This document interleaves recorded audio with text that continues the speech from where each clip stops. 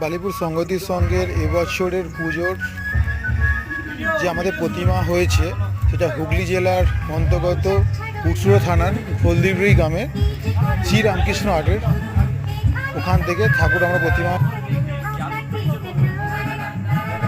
প্রত্যেক বছরের ন্যায় এবছরও আমরা আপনাদের সামনে নিত্য নতুন প্রতিমা আমরা তুলে ধরার চেষ্টা করেছি।